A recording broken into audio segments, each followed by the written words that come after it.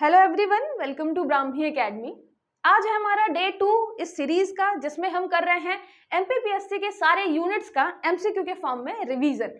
जितने भी important questions हैं यूनिट 1 से लेके यूनिट 10 तक, हम सारे के सारे क्वेश्चंस का रिवीजन करेंगे। इसके जस्ट मैंने पहले यूनिट 1 का एक लेक्चर लिया है, उसे जाके जरूर देखें। बहुत ही अच्छे, बहुत ही इंपॉर्टेंट उसमें क्वेश्चन मैंने करवाए हैं, ट्रिक के साथ याद भी कराया है। तो आप जाके उसको एक बार जरूर देखें, फिर कंटिन्यू करें। और ये हमारा सीरीज जो है वो कंटिन्यू रहेगा आपके पेपर तक, जिसमें सारे के सारे यूनिट कवर कराए जाएंगे। और मैं वही क्वेश्चन चूज करूंगी और वही पैटर्न चूज करूंगी जो आपके पेपर में पूछा जाता है। फालतू के क्वेश्चन बिल्कुल नहीं कराऊंगी, ना ही बहुत ज्यादा लड्डू प्रश्न कराऊंगी।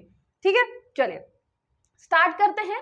आज हम यूनिट 1 ही स्टार्ट कर रहे हैं, मतलब यूनिट 1 हो गया, फिर यूनिट 2, ऐसे करते करते हम सारी यूनिट्स कवर करेंगे सारे के सारे इंपॉर्टेंट क्वेश्चंस के साथ।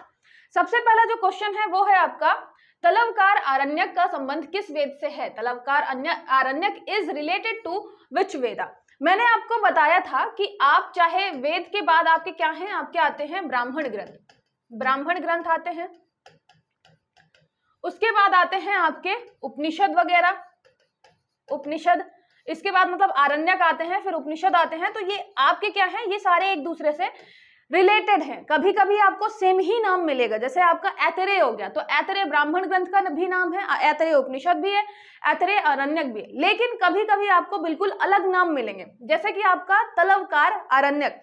तो जितने भी अलग नाम है मैंने आपको बताया है कि वो अलग नाम, जैसे आपका तलवकार आरण्यक, जरूर अलग से आप स्टार लगा के याद रखिएगा, क्योंकि ये क्वेश्चन ऐसे हैं कि आपको क्या है, अगर एक बार रिवीजन नहीं करते तो दिमाग से निकल भी जाएगा कि यार ये अजीब सा नाम सुना ही नहीं लग रहा है ना। तो इसलिए जितने भी अलग नाम है वो जरूर आप कहीं कॉपी में स्टार बना के अलग से याद करिएगा।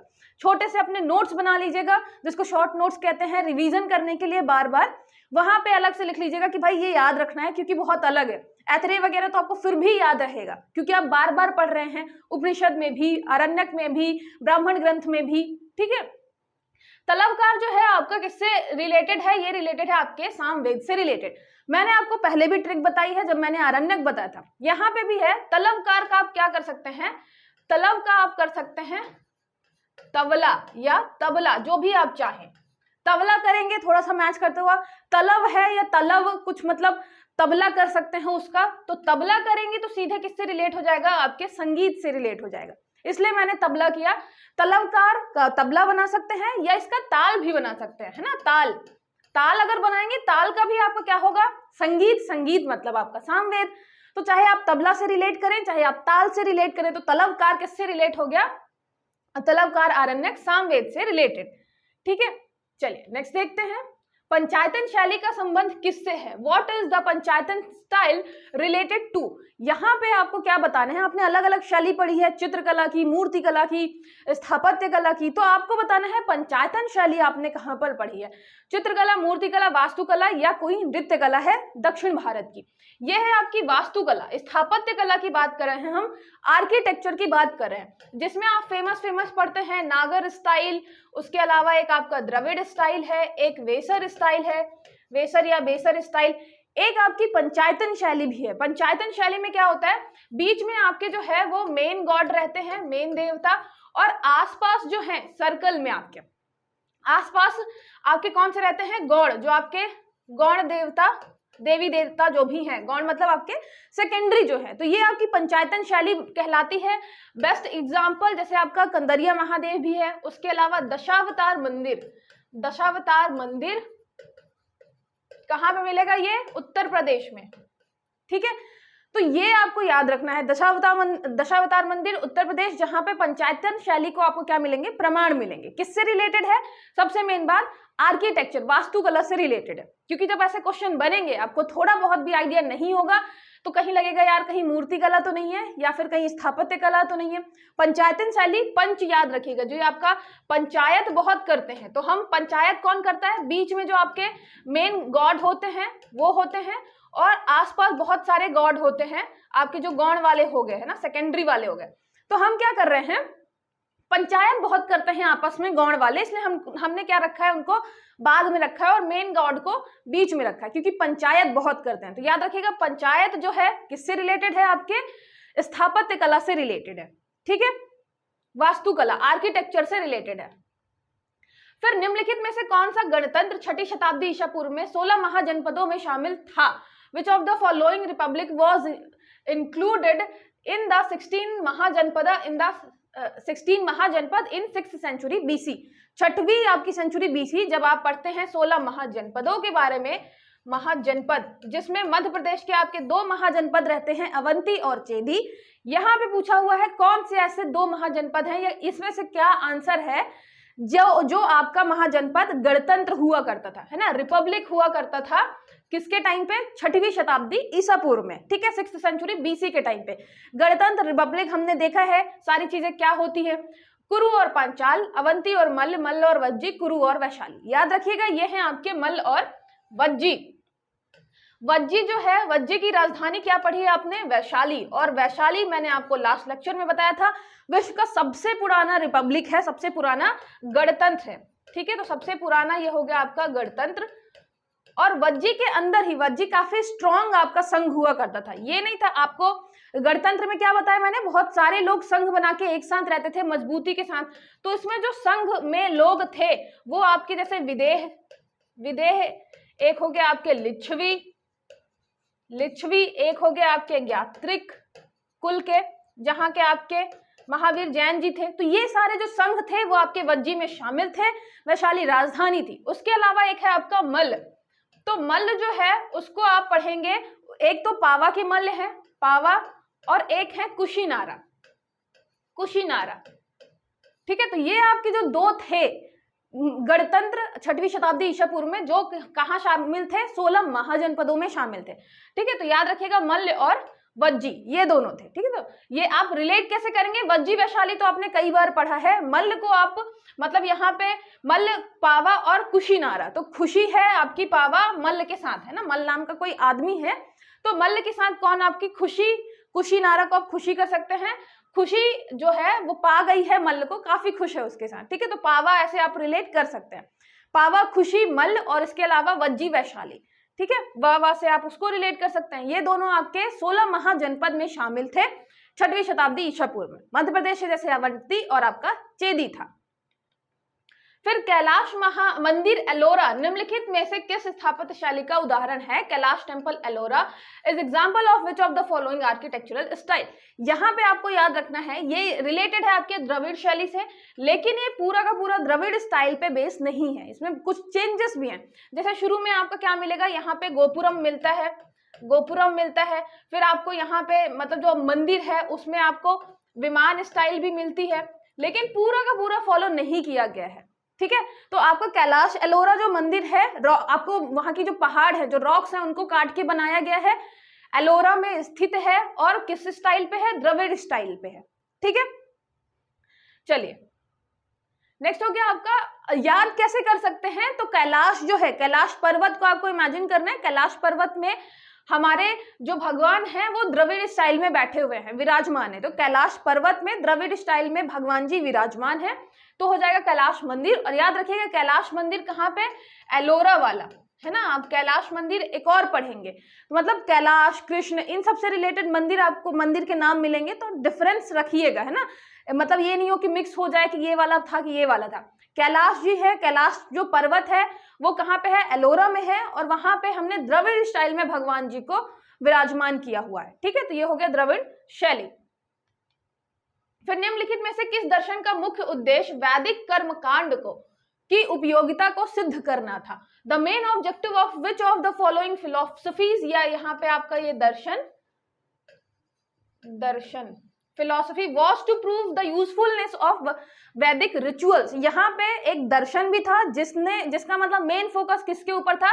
वैदिक कर्मकांडों का जो आपका उपयोगिता है उसको सिद्ध करना, कि भाई ऐसे फालतू में हम कर्मकांड नहीं कर रहे हैं, जितने भी आपके वैदिक कर्मकांड है उनके कुछ उपयोग हैं, ठीक है। तो हमें यूजफुलनेस बताना था। तो कौन बता रहा था? न्याय, वैशेषिक, मीमांसा और योग। याद रखिएगा ये था आपका मीमांसा, ठीक है, ये मीमांसा था। तो जो आपकी मानसा भी कर सकते हैं या मीमा भी कर सकते हैं, ठीक है। तो आपकी जो मीमा थी, या आप नाम ही पूरा ले लीजिए, मीमांसा जो थी, मीमांसा नाम की जो लड़की थी, एक मीमांसा है, मीमांसा लिखा किसने है? जैमिनी जी ने लिखा है। तो जैमिनी, मीमांसा दोनों मिलके लगे हुए थे ये बताने में कि कैसे वैदिक रिचुअल्स जो हैं, वैदिक कर्मकांड जो हैं वो कितने उपयोगी हैं। तो उपयोगिता सिद्ध करने में लगी हुई थी जामिनी, जामिनी के साथ उसकी बहन मीमांसा। ठीक है, ये जो मैं बीच बीच में पूरा रिलेट करती रहती हूँ, बस ये याद करने के लिए रहता है ना। आप एक दो बार जैसे ही मीमांसा जामिनी दोनों लगे हुए थे वैदिक रिचुअल्स की उपयोगिता सिद्ध करने में, तो आपको याद हो जाएगा। कैलाश पर्वत पर मैंने बताया है एलोरा में, और वहां पे हमने द्रविड़ स्टाइल में भगवान जी विराजमान किए हुए हैं। ठीक है, फिर हो गया आपका भारत का पहला संगमरमर स्मारक जो है वो कौन सा है? Which is the first marble monument of India? Modhera का सूर्य मंदिर, होशंगशाह का मकबरा, शेख सलीम चिश्ती की दरगाह और ताजमहल। तो जब शुरुआती दौर में मानते हैं सबसे पहला संगमरमर का कोई अगर मकबरा बना था तो वो था आपका होशंगशाह का मकबरा। याद रखिएगा कहाँ पे है, ये आपके मांडू में है ना, मांडू धार। तो होशंगशाह का मकबरा पहला संगमरमर का मकबरा था। ठीक है, याद रखिएगा ये भारत का पहला संगमरमर का मकबरा था, बहुत ही खूबसूरत है, मांडू में स्थित है। निम्नलिखित में से, और ये रिलेट करवाने की जरूरत नहीं है, मुझे मतलब ऐसा लगता है कि आपको इतना तो याद ही होगा कि होशंगशाह हमारे मांडू से रिलेटेड था। फिर निम्नलिखित में से किस गुफा में अवलोकितेश्वर बोधिसत्व की नक्काशी मिलती है? Which of the following cave are carving of Avalokiteshvara Bodhisattva found? यहां पे याद रखिएगा मैंने आपको अवलोकितेश्वर या इन्हीं का नाम हो गया आपका पद्मपाणि, पद्मपाणि इनके बारे में बताया है। कहाँ मिल रहे थे? एक तो आपको मिल रहे थे अजंता में। अजंता में क्या मिली है? इनकी पेंटिंग मिली है, पेंटिंग। अब यहाँ पे मैंने क्या बताया है? कार्विंग्स मिली है, नक्काशी मिली है। तो कौन सी गुफा में मिली है? हाथी गुफा, बराबर की गुफाएं, कन्हेरी गुफाएं, भज गुफाएं। याद रखिएगा ये कन्हेरी की गुफाएं कहाँ है? आपके महाराष्ट्र में, महाराष्ट्र में यहाँ पे मिली है आपको अवलोकितेश्वर जी की नक्काशी। ठीक है, कार्विंग्स मिली है।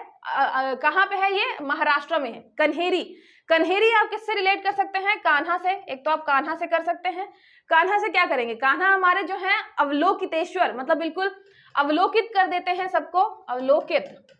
कान्हा हमारे अवलोकित कर देते हैं। ठीक है, तो कान्हा अवलोकित और अवलोकित। कन्हेरी बस याद रखिएगा कि आपके महाराष्ट्र में है।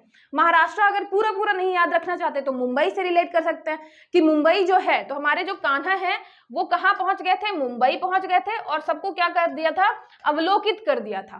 ठीक है, तो अवलोकित कर दिया था कान्हा ने मुंबई पहुंचकर। याद रखिएगा ये मुंबई में स्थित नहीं है, मैंने महाराष्ट्र की जगह मुंबई रिलेट करवाया है। ठीक है, तो कान्हा को पहुंचाना है कहाँ पे? महाराष्ट्र में। किस काम के लिए? अवलोकित करने के लिए। ठीक है, और अवलोकितेश्वर आपके जो हैं बोधिसत्व रिलेटेड किससे हैं? दया से, करुणा से। ठीक है, कंपैशन, ये भी याद रखिएगा।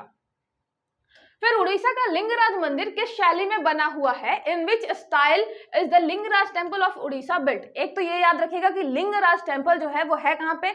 उड़ीसा में। अब पूछा हुआ है स्टाइल कौन सा? स्थापत्य शैली जो है, आर्किटेक्चर जो है वो किस स्टाइल का है? नागर शैली, द्रविड़ शैली, बेसर शैली और देव शैली। याद रखिएगा ये है आपकी देव शैली, जो कि मिक्सचर है। मिक्सचर कैसे है? शुरू में यहाँ पे आपको 4 स्ट्रक्चर मिलते हैं। एक जो है ये विमान वाला भी मिलता है, बीच में आपको फिर ये 2 स्ट्रक्चर मिलते हैं, और फिर आपको ये क्या मिलता है? यहाँ पे गोपुरम टाइप का मिलता है, गोपुरम। ठीक है, तो ये आपका बिल्कुल अलग स्टाइल है उड़ीसा के लिंगराज मंदिर का, जिसको देव शैली भी बोलते हैं, साथ ही साथ इसको कलिंग शैली भी बोलते हैं, कलिंग शैली। ठीक है, तो ये मिक्सचर है थोड़ा सा द्रविड़ स्टाइल के साथ साथ, और यहाँ पे आपको 4 चीजें मिलेंगी, है ना। तो 1 2 3 4, ये बिल्कुल 4 आपको चीजें मिलेंगी, जिसमें आपका विमान भी शामिल है, गोपुरम भी शामिल है, बीच में 2 स्ट्रक्चर भी है। इनके अलग अलग नाम भी हैं, मतलब आपके देव स्टाइल में इतना डिटेल में नहीं जाना है, बस मेन याद रखिए कि जो लिंगराज है कलिंग शैली भी कहते हैं या देव शैली भी करते हैं, है ना। तो यहाँ पे द्रविड़, बेसर, नागर, इनसे मतलब आप कंफ्यूज मत करिएगा, थोड़ा सा अलग स्टाइल में बना हुआ है आपका उड़ीसा का लिंगराज टेम्पल। देउर है ना, देउर। तो यहाँ पे देउर का आप देवर भी कर सकते हैं। देवर कहाँ गया था? अच्छा, उड़ीसा का हमने ईशा बनाया हुआ है ना।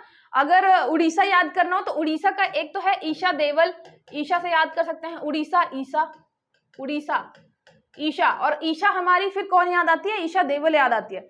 मूवीज वगैरह नहीं देखते तो आप ईशा नाम की लड़की से कर सकते हैं कि ईशा नाम की लड़की का जो देवर है वो लिंगराज मंदिर में क्या जाता है? रोज जाता है पूजा करने के लिए। ठीक है, तो उड़ीसा, लिंगराज मंदिर और देवर, ये हो गया आपका देउर शैली। फिर अश्वघोष द्वारा लिखे गए 2 महाकाव्य हैं। What are the 2 epic written by अश्वघोष? ये अश्वघोष हैं कौन? ये आपके बौद्ध भिक्षु हैं, ठीक है, बौद्ध भिक्षु।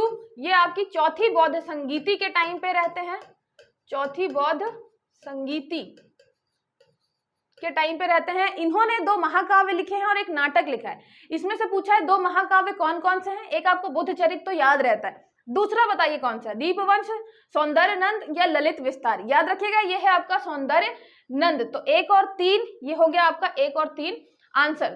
तो याद रखिएगा अश्वघोष जी जो है, अश्वघोष जी ने 2 लिखे हैं। एक तो आपका है बुद्ध चरित्र, बुद्ध के जी के चरित्र के बारे में बताया है, ठीक है, बुद्ध चरित्र बताया है, और एक बताया है आपका सौंदर्य नंद, ठीक है। तो एक में आपके अश्वघोष जी ने बुद्ध जी के चरित्र के बारे में बताया है, दूसरे में उनकी सुंदरता के बारे में बताया है, तो सौंदर्य नंद हो गया। और तीसरा जो है इनका है सारीपुत्र प्रकरण। ये इनकी बुक है, जो ये क्या है, ये नाटक है, महाकाव्य नहीं है। ये दोनों आपके एपिक हैं, महाकाव्य, ठीक है, ये दोनों आपके महाकाव्य हैं, ये आपका नाटक है।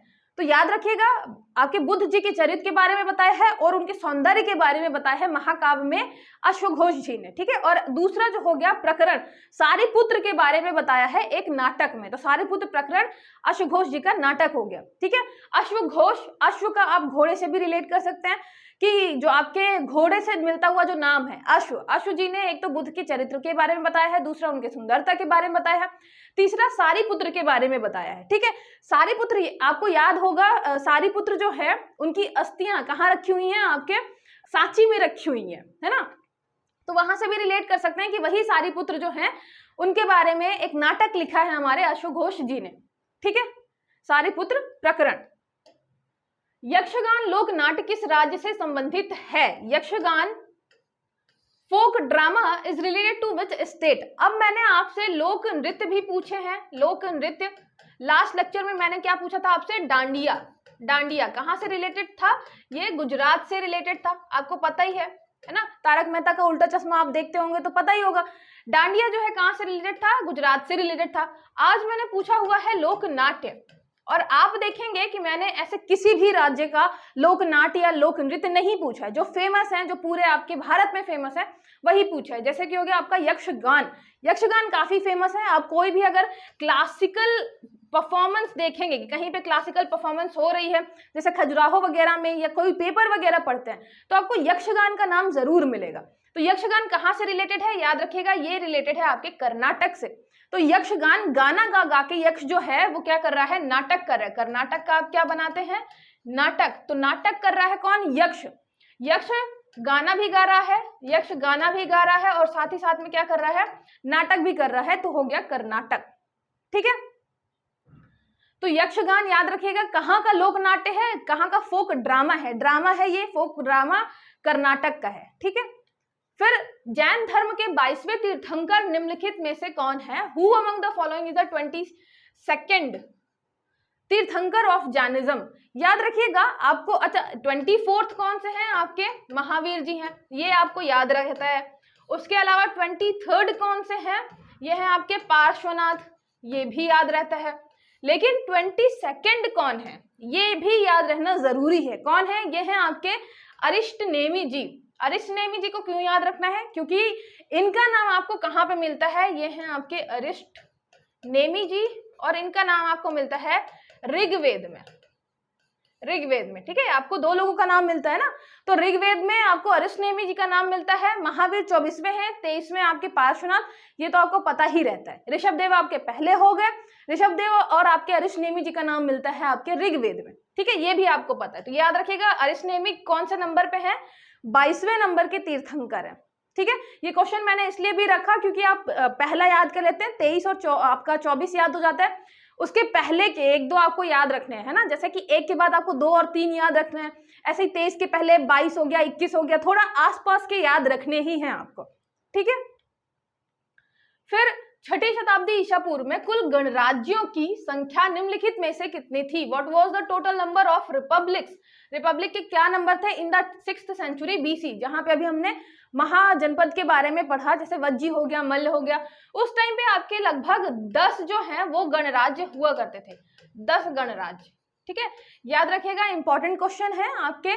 छठवीं शताब्दी ईसा पूर्व में जो 6th सेंचुरी BC में 10 गणराज्य हुआ करते थे। ठीक है, रिलेट करने के लिए इसमें तो है नहीं, 10 का हम बस कर सकते हैं कि बस 10 ही थे गणराज्य छठवीं शताब्दी में, और तो कुछ रिलेट करने का रहता नहीं है इसमें।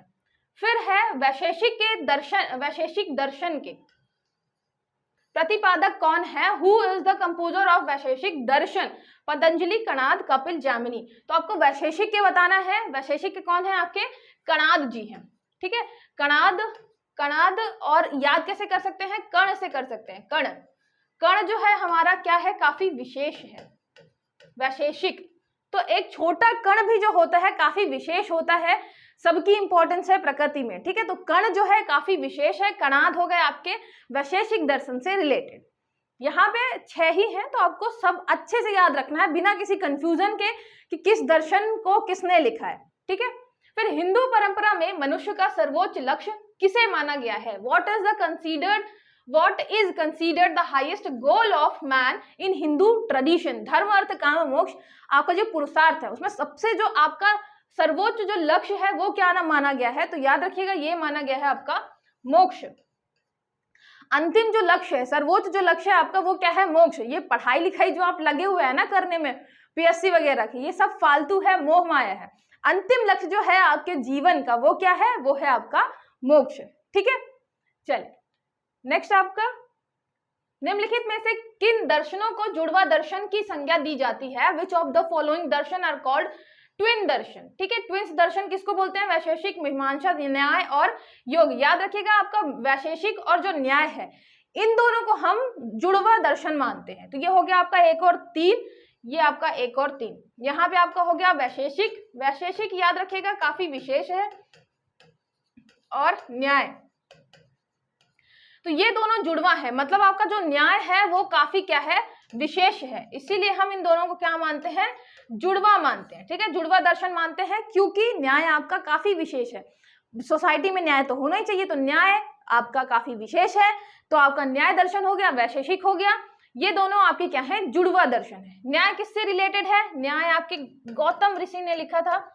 ठीक है, गौतम ऋषि से रिलेटेड है। विशेष मैंने बताया ही, कणाद जी से रिलेटेड है, कणाद ऋषि। ठीक है, तो कण जो है काफी विशेष है, न्याय भी आपका काफी विशेष है, तो ये दोनों क्या है? जुड़वा दर्शन है। लिखा किसने है न्याय? गौतम जी ने, गौतम ऋषि ने। ठीक है, फिर बोधिसत्व का सिद्धांत निम्नलिखित में से किस शाखा द्वारा दिया गया है? The doctrine of Bodhisattva is given by which of the following schools? Hinayana, Mahayana, Vajrayana, इनमें से कोई नहीं। ये भी आपको पता ही है, ये किससे रिलेटेड है? आपके महायान शाखा से रिलेटेड है। लेकिन हीनयान शाखा जो है आपके जो मैत्रेय हैं, मैत्रेय जो फ्यूचर वाले हैं, फ्यूचर बुद्धा जो है, फ्यूचर बुद्धा जो आए नहीं है अभी, जो जिनका आना बाकी है, तो फ्यूचर बुद्धा को आपके हीनयान भी मानते हैं, एक्सेप्ट करते हैं। ठीक है, लेकिन अगर बोधिसत्व की बात करें कि बोधिसत्व का जो कॉन्सेप्ट है वो किससे रिलेटेड है, तो वो आपकी महायान शाखा से रिलेटेड है। फिर मनुस्मृति का पहली बार अंग्रेजी अनुवाद किसने किया था? Who translated Manusmriti in English for the first time? William Bentinck, William Jones, Dalhousie या कनिंग? याद रखिएगा, ये है आपके विलियम जोन्स। विलियम जोन्स जो थे वो क्या थे? आपके जज थे, और इन्होंने देखा कि मनुस्मृति की काफी इंपॉर्टेंस है इंडियन सोसाइटी में, तो इन्होंने संस्कृत सीखी, फिर हिंदी में, इंग्लिश में ट्रांसलेट किया, जिससे जब ये न्याय करें तो क्या हो? यूज कर पाए मनुस्मृति को, मनुस्मृति की सहायता ले पाए, तो इसलिए इन्होंने संस्कृत सीखी, फिर ट्रांसलेट किया मनुस्मृति को। ठीक है, तो याद रखिएगा, मनुस्मृति का पहली बार ट्रांसलेशन इंग्लिश में किया था आपके विलियम जोन्स ने। ठीक है, विलियम जोन्स, मतलब विलियम जोन्स का आप जोश जोश में भी कर सकते हैं कि जोश जोश में इन्होंने क्या किया? मनुस्मृति का ट्रांसलेशन कर लिया इंग्लिश में। वैसे संस्कृत बहुत टफ है, फिर भी सीखी, क्योंकि जोश था तो जोश जोश में संस्कृत सीखी, ट्रांसलेट किया मनुस्मृति का इंग्लिश में। ठीक है, विलियम जोन्स। दोहरे गुंबद वाला भारत का पहला मकबरा कौन सा है? Which is the first mausoleum of India with double dome? तो यहाँ पे आपको बताना है दोहरी गुंबद वाला पहला मकबरा कौन सा है इंडिया का, डबल डोम जिसमें था। शेर शाह का मकबरा, हुमायूं का मकबरा, एतमातुद्दौला का मकबरा या अकबर का मकबरा? तो याद रखिएगा ये है आपका हुमायूं का मकबरा। हुमायूं का मकबरा कहाँ है? दिल्ली में। ठीक है, हुमायूं का मकबरा दिल्ली। यहाँ आपको मिलेगा डबल डोम, यहाँ पे दोहरा गुंबद वाला पहला आपका मकबरा था। इसके अलावा मैंने आपको लास्ट लेक्चर में बताया था कि जो मकबरा स्टाइल है, जो मकबरा पहली बार मकबरा किसने बनाया था, पहला मकबरा, तो ये बना था आपके इल्तुतमिश के टाइम पे, इल्तुतमिश के टाइम पे, है ना, सुल्तानगढ़ वाला। तो इल्तुतमिश के टाइम पे पहला मकबरा बनाया गया, मकबरा शैली स्टार्ट हुई। दोहरा गुंबद वाला जो मकबरा है वो है आपके हुमायूं का मकबरा। ठीक है, उसके अलावा जो आपका एतमातुद्दौला का मकबरा है वहां पे पितरा दुरा जो है, ये आप एक वर्ड पढ़ेंगे पितरा दुरा, ये टेक्निक यूज हुई थी, है ना, संगमरमर में डिजाइन बनाने के लिए होती है। तो ये आप याद रखिएगा, दिल्ली में स्थित है आपका हुमायूं का मकबरा। फिर आईने सिकंदरी किसके द्वारा रचित पुस्तक है? Aine Sikandari is a book written by whom? Ibn Battuta, फिर दौसी, ये दौसी है, अमीर खुसरो, जियाउद्दीन बर्नी। याद रखिएगा ये है आपके आमिर खुसरो, आमिर बोलते हैं खुश रहो। तो आईने सिकंदरी याद रखिएगा, सिकंदर को क्या दिखाया था इन्होंने? आईना दिखाया था। ठीक है, सिकंदर को आईना दिखाया, आईना दिखाया किसने? आपके आमिर खुसरो ने आईना दिखाया और बोला खुश रहो, खुश रहो। तो सिकंदर को आईना दिखाया और बोला खुश रहो। तो ये थे आपके आमिर खुसरो जिन्होंने बुक लिखी थी आईने सिकंदरी। ठीक है, इसके अलावा इनकी जितनी भी इंपॉर्टेंट बुक हैं, और ये भी याद रखिएगा कि जो आपकी इंपॉर्टेंट बुक है मध्यकालीन, वो आपको पढ़नी है, क्योंकि आप प्रीवियस ईयर के पेपर में अगर देखेंगे तो एमपीपीएससी मध्यकालीन से बुक जरूर पूछता है। ठीक है, तो उसका ये भी है कि आपको फिर जितनी भी बुक्स हैं, स्पेशली जो आपके फेमस राइटर है, जियाउद्दीन बर्नी, इब्न बतूता, फिरदौसी, आमिर खुसरो, और आपके उस टाइम पे जितने भी हुए हैं, सबको आपको क्या करना है, एक बार फेमस बुक्स जरूर पढ़नी है। पूछे जा चुके हैं प्रीवियस ईयर के आपके पेपर्स में। फिर जसवंत और बसावन प्रसिद्ध चित्रकार किसके समकालीन थे? Whose famous painter Jaswant and Baswant were contemporaries? याद रखिएगा, आपको बताना है, एक तो आप जब चित्रकला पढ़ेंगे, यहाँ पे आप जब चित्रकला पढ़ेंगे तो एक तो चित्रकला आपकी किससे आएगी? हिंदू वाली आएगी, जैसे राजस्थानी हो गई, राजस्थान में फिर अलग अलग थे। लास्ट टाइम मैंने पूछा था किससे रिलेटेड? मारवाड़ी से रिलेटेड, मारवाड़ी चित्रकला, जिसमें मैंने बताया था किशनगढ़ जो आपका फेमस स्थल था मारवाड़ी चित्रकला से रिलेटेड। ठीक है, अब हमें बताना है कौन सा? जसवंत और बसावन, ये तो चित्रकार किसके समकालीन थे या किसके दरबार में थे? तो याद रखिएगा ये अकबर के दरबार में थे। ठीक है, अकबर हो गया, जहांगीर हो गया, हुमायूं हो गया, इन तीनों के टाइम में आपको अच्छे क्या मिलेंगे? पेंटर मिलेंगे, चित्रकार मिलेंगे। अकबर के टाइम पे आपको मिले हैं जसवंत, और जसवंत जी का काफी नाम आता है। ठीक है, जसवंत का काफी नाम आता है, काफी फेमस थे ये इस टाइम पे, जसवंत। और एक है आपके बसावन मामा, आपने पढ़ा होगा मध्य प्रदेश के किसी न किसी फैक्ट में। तो ये बसावन और जसवंत ये दोनों रिलेटेड थे आपके अकबर के दरबार से रिलेटेड थे। कौन थे? चित्रकार थे। ठीक है, नाम याद रखिएगा। याद कैसे कर सकते हैं? ये जस का हो गया आपका यश, है ना, जस गाना मतलब होगा ये आपका यश, और ये आपके बसावन मामा, तो ये आपके बसावन मामा जो है इनका यश था, बहुत यश था। किसके टाइम पे? अकबर के टाइम पे काफी यश था।